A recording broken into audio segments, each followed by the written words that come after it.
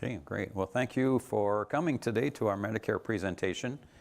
My name is Dave Brown, and I am part of TrueLink Medicare Advisors. We are owned by the Minnesota Credit Union Network. So we started this agency 2 years ago so we could help credit unions offer Medicare to their members. I've been doing Medicare for 17 years now, so quite a while. But anyway, during the presentation, if you have any questions, just feel free to raise your hand or ask as we go along. You don't have to save them to the end. Or if I talk about something and it just doesn't make sense to you, just feel free to ask. So thank you with that. Disclosures. In regard to the plans that we are contracted to offer, in Minnesota we are contracted to offer all of the Medicare Advantage plans and many of the Medigap supplement plans, and then also many of the standalone prescription drug plans. And I just say many because there's just, when it comes to Medigap plans and standalone prescription drug plans, there's a lot of offerings out there. But for the most part, we're contracted with all of them in that respect also. Because you're most likely a Mayo, or were a Mayo employee, or your spouse was, there's something you need to know. Mayo uses a third-party provider called Via Benefits that you might need to go through to get your Medicare plan. If your employment started January 1 of 2001 or earlier, you most likely are going to qualify to go through Via Benefits if you worked for the Mayo Clinic. With that, they're going to let you know that you're eligible for health reimbursement money. You get money to help pay your expenses if you're eligible and you go through Via Benefits. So if that's you, I'm happy to advise you on what options you have, but when it comes time for enrollment, you would want to go through Via Benefits so that you don't lose out on the health reimbursement money. If you started after January 1 of 2001, you're probably not going to be eligible for Via Benefits, and I can help you with all aspects of it at that point if that's you. Today we're going to cover the basics of Medicare. We're going to talk about why would you want to use our services, what is Medicare, what does it cover, what doesn't it cover, the different enrollment periods and deadlines, costs associated with Medicare. If you work past the age of 65, how does that work? Do you have to sign up for Medicare or not at age 65? We'll talk about that. And then your private insurance options. So, if you watch TV at all, especially in the fall, when the annual enrollment period comes around, you'll see a ton of Medicare ads on TV. The ones with Joe Namath, William Shatner, J.J. Walker. Call our number and we'll offer you the world. But these are national ads, so a lot of all the free stuff they're talking about, a lot of that's not available in Minnesota. But if you call that number, and you can call them if you want to, they end up selling your information to another agency, and then they will call you and call you and call you. So if you need help, we would prefer that you go through us, but you don't have to. The Mayo Employees Federal Credit Union has fully vetted us, and we just want to do what's best for you. Also, around the time you turn 65, your mailbox starts filling up with all the different ads for Medicare, and many of you are probably experiencing that now. So there's never a cost for our services. We will advise you and give you advice, and if you need help enrolling, if you're not eligible to go through Via Benefits, we will help with all of that. You'll never pay us anything. If you end up signing up for a plan, whether it's through us or Via Benefits, we get paid a commission by the insurance carrier. If it's a Medicare Advantage plan, those commissions are standardized. So we get paid the same commission no matter what insurance carrier you go with, and no matter whether it's a zero premium plan or you're paying $200 a month for your plan, we get paid the same commission. If you sign up for a Medigap plan, we get our commission is a percentage of what your annual premium is. So that's how that works with us getting paid. If we're your agent, we are available throughout the year. If you have questions or issues, or maybe your insurance carrier said they denied a claim or something, we can help you with all of that, and we're available for all of that. And then every year, late August, early September, we send all of our clients a letter once you're our client, and we ask you to update your prescription drug medications. Are you happy with your plan? Do you want to schedule a time to meet during the annual enrollment period to review other options? We're proactive about that, so as long as you respond to our letter, I think we'll have a link on there. You can do it online or you can mail the letter back to us, but as long as you do that, we will schedule a time to meet with you during the annual enrollment period to review your plan and make sure it's still the best option for next year. There are reasons, whether we're your agency or via benefits is, especially for your prescription drugs, those plans can change considerably from one year to the next. So you want to make sure that just because it worked for you this year, it's going to be your best option for the next year. And when you have that review during the annual enrollment period, you're going to find out, is your plan still the right option for you for next year? If it's not, we'll help you with finding a plan that will be. So original Medicare Part A and B. These are the two parts you get through the federal government. Part A and B, to sign up for it, you do it through Social Security, and there's different ways to do that. You can go to your local Social Security office. You can go online to ssa.gov. If you're collecting Social Security benefits at age 65, you will automatically be enrolled in Medicare Parts A and B. If you're not collecting Social Security at age 65, and you're not going to be on an employer plan past the age of 65, you would want to get signed up for Medicare Part A and B. We can help you with that. Part A is for hospitalization, skilled nursing, home health care, hospice care. There's not a monthly premium for Medicare Part A if you or your spouse worked in the U.S. for at least 10 years because you paid into the Medicare tax. For Medicare Part B, this is for outpatient services like doctor's office, specialists, ambulance, all those types of things. There is a monthly premium for Medicare Part B, and for most individuals, that's $185 a month. If you're collecting Social Security benefits, they take the $185 a month right out of your Social Security check. If you're not, they're going to send you a bill for that until you start collecting Social Security benefits. Any questions on that? Okay. So there are things, original Medicare, if all you have is original Medicare Parts A and B, there's a lot of things that aren't going to be covered. You won't have any dental coverage, worldwide coverage, hearing or vision coverage. You won't have prescription drug coverage, fitness benefits. None of that is covered by original Medicare, which is why in a moment we're going to look at the different plan offerings that do give you coverage for these types of things. Enrollment periods. Your first enrollment period for Medicare is going to be based around your 65th birth date. So whatever your birth month is, this enrollment period starts 3 months prior to the month you turn 65. It includes the month you turn 65 and 3 months following that month. So you have a 7-month window based around your 65th birthday in which you can apply for Medicare Part A and B. If you're going to continue working or your spouse is going to continue working and you have employer coverage, as long as the employer has 20 or more employees and it's creditable coverage, and if you're on Mayo's coverage, the answer is yes, they are creditable. You can delay enrolling, you and your spouse, if they're on coverage through the Mayo system, you can delay enrolling in Medicare Part A and or Part B until retirement.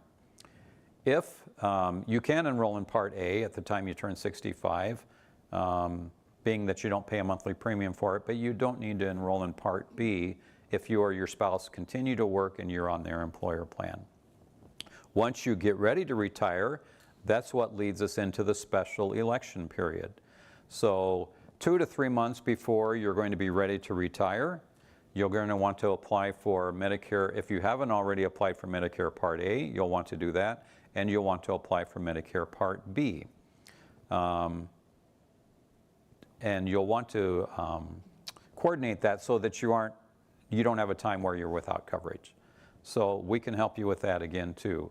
It says this period extends for 8 months after your retirement. Most people, you're not going to want to go 8 months without coverage. So yeah, we can help you with that.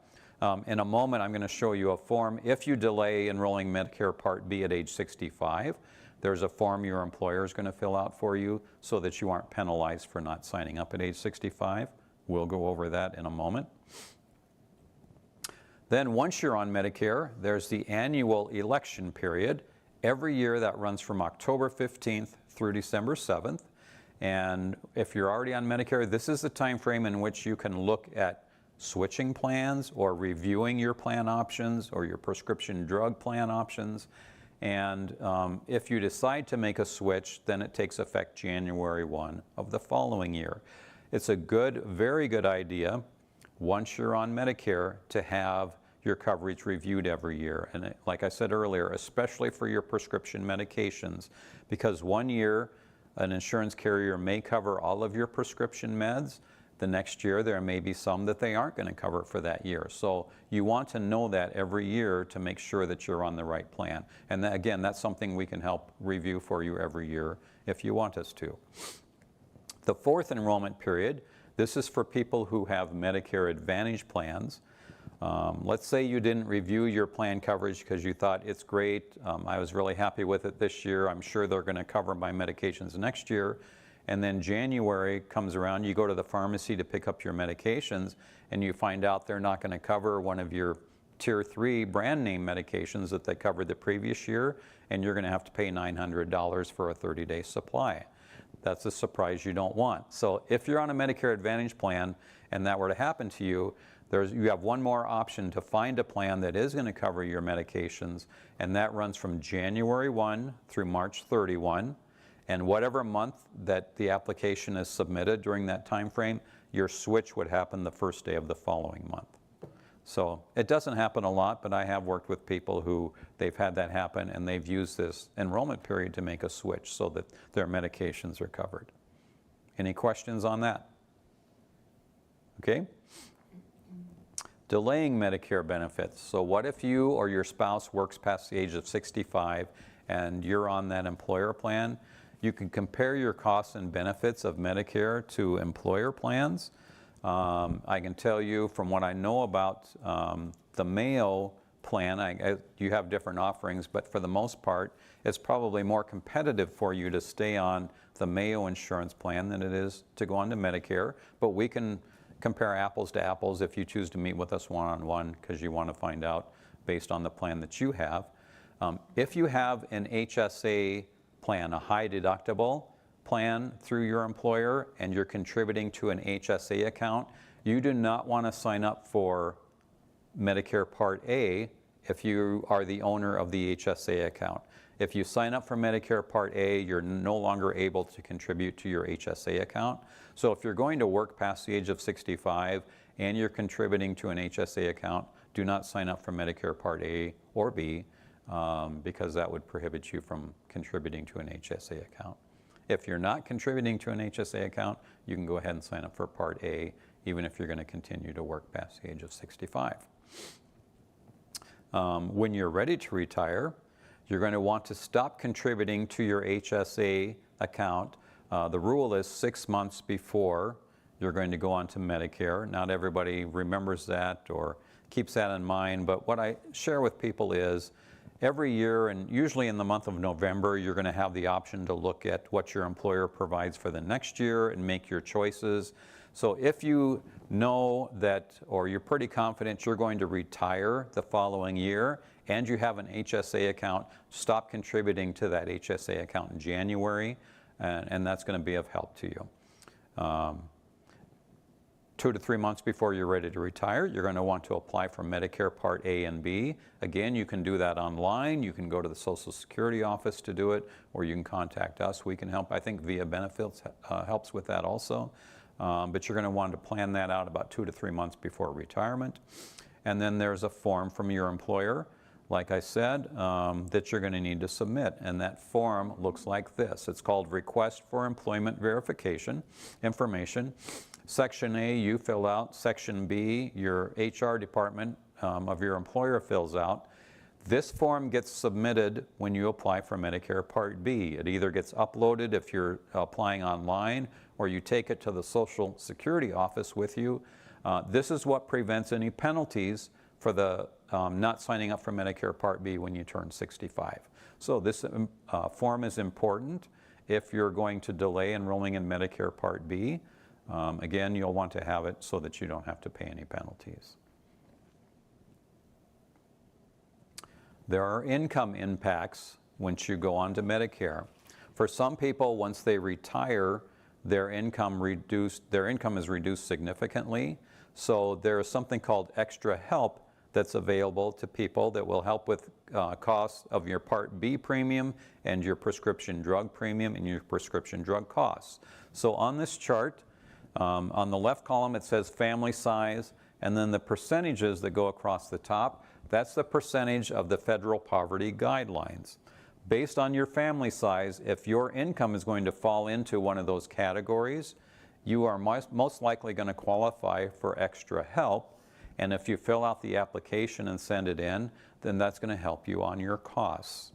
When your first Medicare card arrives, they include an application form for extra help. If you fill that out and send it in, they're going to let you know if you qualify for the extra help.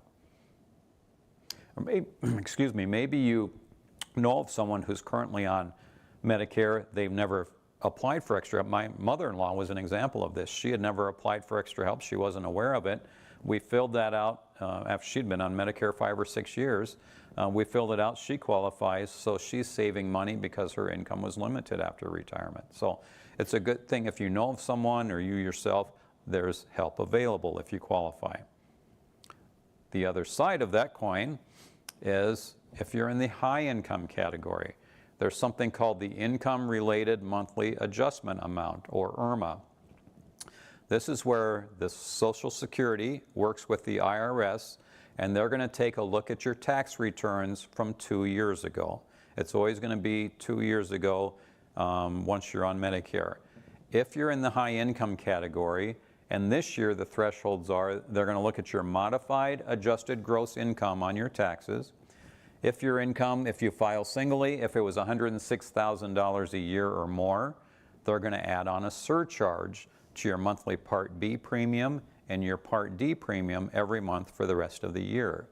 If you're married filing jointly and your income is $212,000 a year or more, and again, when I say income, I'm talking modified adjusted gross income from your tax returns, they will add on a surcharge to your monthly premium for Part B and for Part D.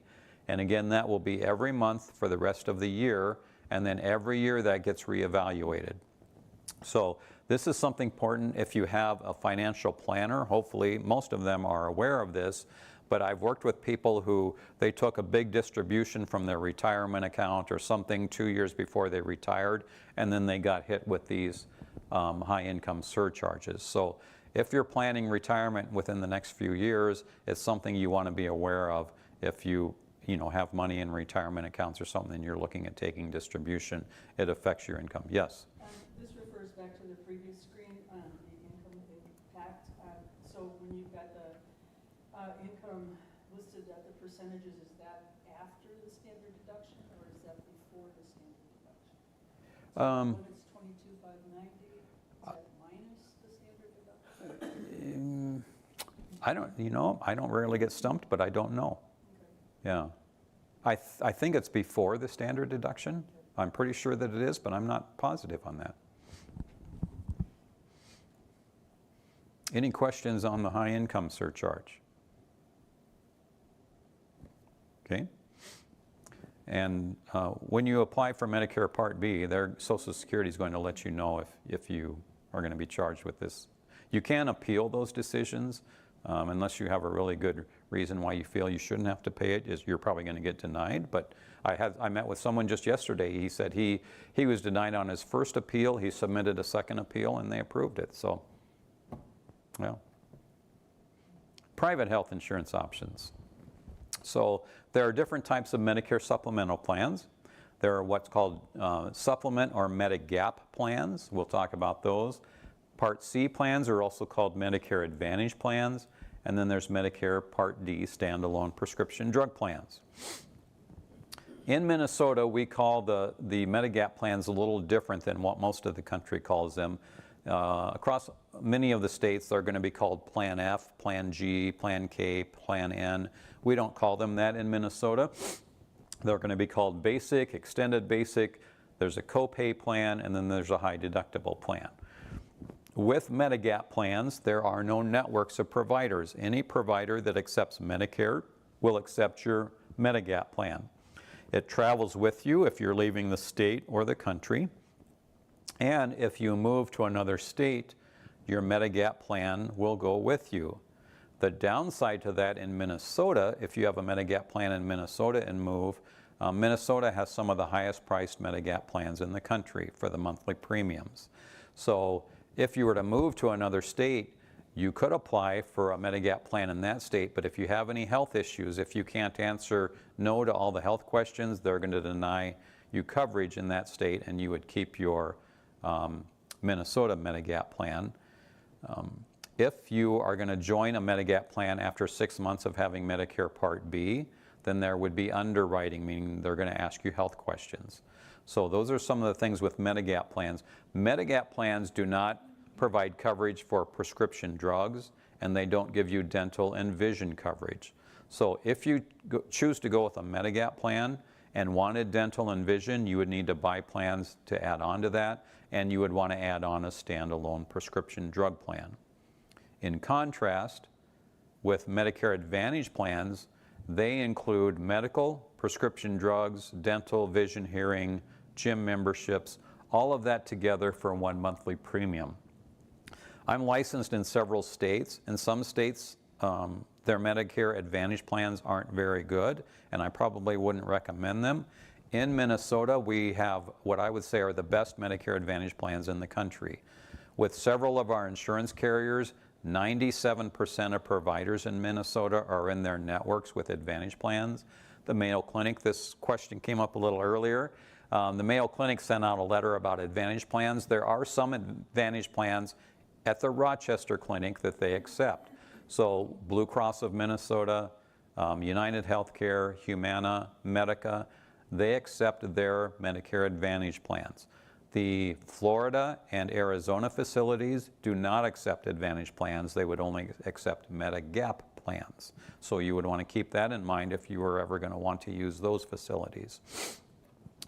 Medicare Advantage plans do have provider networks. Like I said, those networks in Minnesota are very strong. And then there's two different types of Advantage plans in Minnesota. There's what's called HMO plans, or health maintenance organizations, and there's PPO plans, preferred provider organizations. I tend to keep my clients away from HMO plans, especially if they tell me they do any traveling. Your coverage is going to be limited with an HMO plan. With the PPO plans, you're going to have coverage all across the country. So all of the carriers that offer Advantage plans in Minnesota have national networks, and if you have a PPO Medicare Advantage plan, you're going to have coverage across the country if you choose to go with that. Medicare Advantage plans never ask a health question. So with Medigap plans, you're going to have a higher rate if you're a smoker versus if you're a non-smoker. With Medicare Advantage plans, they don't care if you're a smoker or a non-smoker, your rate's going to be the same. Any questions on that? Yes? Okay, so given that with traditional Medicare, you don't have the dental and the vision coverage, why would people opt for traditional Medicare instead of The biggest obstacle I face is people read online, and everybody offers their opinion online, but they talk about how terrible Medicare Advantage plans are. I would agree with that in certain states. That's just not true in Minnesota. I know we have people online. If you're in Florida, I would take a look at both plans very seriously, but in Minnesota, Advantage plans are just very strong, and the majority of people I meet with go with an Advantage plan, but not all.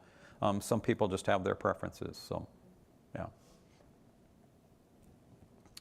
And then if you do go with a Medigap plan, if you want prescription drug coverage, and it's a good idea to pick it up, there are what's called standalone prescription drug plans. With these, you have different tiers of coverage.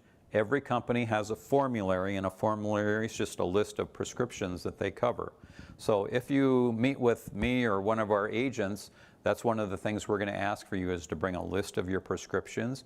We're going to look them up in the Medicare website to make sure whatever plan you want to go with, that they're going to cover all of your prescriptions. I met with a lady here this morning who had numerous prescriptions, and we found one prescription drug plan that covered all of her medications. They had a different idea of what they wanted, but the two medications that weren't covered were thousands of dollars per month, and they had no idea that there was such a big difference between one plan to the next. So we review all of that for you, but you want to make sure your prescriptions that you're taking are in the plan formulary. And then there's different tiers of coverage. Tiers 1 and 2 are generic, generally generic medications. 3 and 4 are typically brand name medications. If you're on any specialty medications, those are going to be tier 5. And then some standalone prescription drug plans also have a tier 6, which are the very low cost maintenance generic medications. If you don't sign up for a prescription drug coverage when you're first eligible, meaning when you're either leaving your employer plan or your Part B is effective, there's a penalty for a late enrollment. I have had people over the years tell me I don't take any prescriptions and I never will. Some of them have come back 5 or 6 years later wanting to sign up for a prescription drug plan, and they have to pay a penalty. It's 1% of the national average, which comes out to about $4 a month for every year. So if you waited 5 years times the $4, that's about $20 a month penalty that you're going to pay to whatever prescription drug plan, and you're going to pay it every month for the rest of your life. There are plans with a 0 premium where you can sign up for. So for those people who don't take prescriptions, I advise at least sign up for the 0 premium plan. You're not paying anything for it. You can't predict, at least I can't predict the future. And if down the road you do end up taking prescriptions, you can avoid that penalty. So, and new in 2025, you may have heard about in the past there was something called the donut hole or the coverage gap. That's where once the cost of your prescriptions between you and the insurance carrier reached a certain dollar level, you fell into the donut hole or the coverage gap, and then you ended up paying 25% of the cost of your medications. That went away this year. The federal government put out this new rule, and all medication costs have been capped at $2,000 per year per beneficiary. If you're on any expensive tier 3 medications, and those are going to be things like Jardiance or Ozempic or Mounjaro, something like that, you're going to hit the cap. And depending on the plan that you're on, you may actually pay out close to $2,000, or you may not even come close to that. They base it on a national formula, and it's complicated, but for some people, depending on the plan they're on, they may have only paid out $500 before the government determines they've reached this $2,000 cap. Once that happens, your insurance carrier is going to pay 100% of the cost of your medications for the rest of the year. For many people, they're not going to hit that cap. It's going to be based on the medications that you're taking. So that's new this year. And then there's what's called the MP3 or the Medicare Prescription Payment Program. So for those people who are going to hit their cap, they could very easily hit it within the first 2 to 3 months that they're on the plan. So it starts in January, and by March, if they've paid out $2,000, once you're in retirement, that could be costly for a lot of people.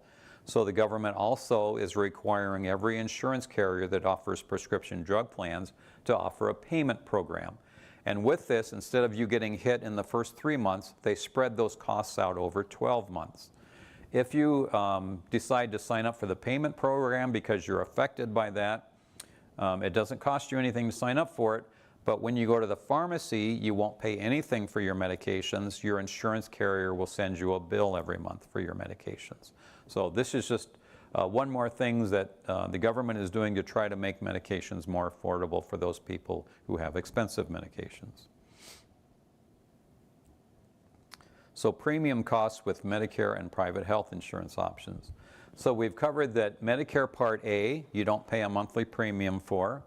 Medicare Part B is going to be $185 unless you're in the high income category.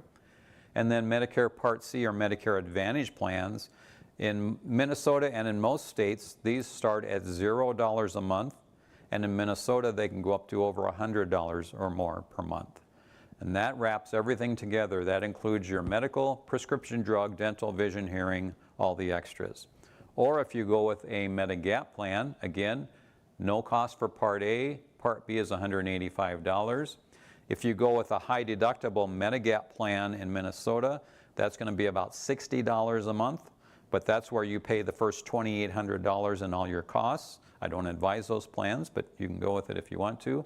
Or if you go with a Medigap plan where you just pay the $257 a yearly deductible, and then you don't have any co-pays for the rest of the years. If you're a Minnesota resident and go with that, you're going to pay over $300 a month for that medical coverage, and then you would need to add on prescription drug coverage. That runs anywhere from $0 a month to well over $100 a month, depending on which prescription drug plan makes sense for you. And then if you want dental or vision coverage, you would need to buy policies for that too. So you can see that Medigap plans are going to be more expensive for monthly premiums, but there may be reasons why you want to go that route instead of an Advantage plan. If you meet with us, we're going to sit down and talk through all that to help you decide which one works best for you. So with that, you have your folders. You're welcome to ask any questions, but in your folders, and if you're online, you're going to be emailed this information, but there is a card in there. If you want to meet with us, if you fill out this card, what we're going to do is, as long as you include your email address, we're going to email you thanking for coming today, asking when it is that you want to sit down and review your options. Even if you want our advice and via benefits, if you're eligible for that. If you fill this form out and leave it with us, we will email you with that. We're trying to get away from the phone calls because we just find people are out and about and everybody has a cell phone now and we're interrupting you. So we're trying to do things through email so you can respond when it's convenient for you. But if you fill that out, we'll be in touch with you. Any questions? Maybe I didn't cover something that you were hoping to have information on. Any questions online? Yes, sir. Okay, Daisy here. Paying attention to you. Are these slides available? We cannot, because they're not approved by Medicare, we're not allowed to distribute them. Yes, if there's one you want me to go to, you can take a picture of it, but yeah, we're not allowed, they're not Medicare approved, so. They're accurate, they're just not Medicare approved. I have a question. Yes. Is there you mentioned the different tiers for prescription drugs, like right now, I don't take it. Okay. 2 years down the road, I enroll and I get cancer and I need specialty drugs. Yep. Can you change? Like, what are the different tiers? How do you move between them, I guess? So each insurance carrier determines what medication is at what tier. Typically, the cancer specialty medications are almost always going to be at a tier 5, which they're going to be the most expensive option. But you can move from year to year, from one plan to the next. You're not going to be able to move mid-year. Okay. Yeah, but at least you know that if that were to happen to you, your costs are going to be capped at $2,000. Yeah. Are your offices in the credit union here? Yes, well, I work with credit unions all over the state, but yes, I meet with people here if they want to schedule an appointment. I meet with them here at the Mayo Credit Union branch or whatever's convenient for you. Okay. And how would a person do that? If you fill out that card in your folder and leave it with me, then we're going to send you an email thanking you for coming and then asking or just letting you know if you'd like to set up a time to meet, just respond back to us and we'll work out a time to do that. You're not going to sell our information to all those? We do not sell information. Looking. You mentioned a Mayo branch. What's the difference between you and going? You said something about going through Mayo. Oh, via benefits? Via benefits. So Mayo provides for employees that worked for the clinic who started January 2001 or earlier. They have a third-party provider called Via Benefits, and HR would let you know if you're eligible for that. If you are, you get health reimbursement money of almost $1,700 a year to help with your costs. We can advise you on different plan options, but you would want to enroll through them so that you don't lose out on that money. If your employment started after January 1, 2001, you're not going to most likely be eligible for the VIA benefits, and then we can help you with all of it. So does VIA Benefits offer the same kind of services that we do? Consultations about what to do? They do everything over the phone, Okay. and they're not based here in Minnesota. And I mean, I've met with a lot of Mayo retirees. Some of the VIA benefits advisors are really good. It seems like they have a lot of turnover. Some are not so good. So that's why I say, even if you have to go through VIA benefits, we know Minnesota products. I'm licensed in Arizona and Florida and wherever. We can at least advise you. What people are telling me is VIA benefits says stay away from Advantage plans. Well, you know, if they're out of Chicago, yeah, I'd agree with them. But in Minnesota, that's just not the case. So, yeah.